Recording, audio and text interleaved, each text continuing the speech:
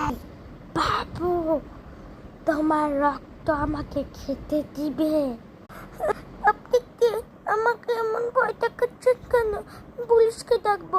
Police, এই দেখেন এই মেয়েটা না আমাকে ভয় দেখাচ্ছে, একে জেলে পুরে রাখবেন। আমি গেলাম।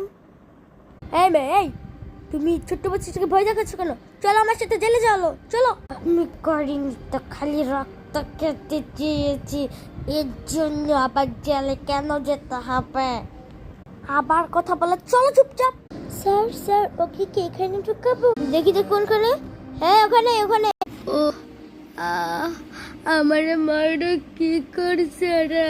সামান্য একটু রক্ত খাইতে চাইছিলাম, এতে জেলে মায়েরা কি করছে?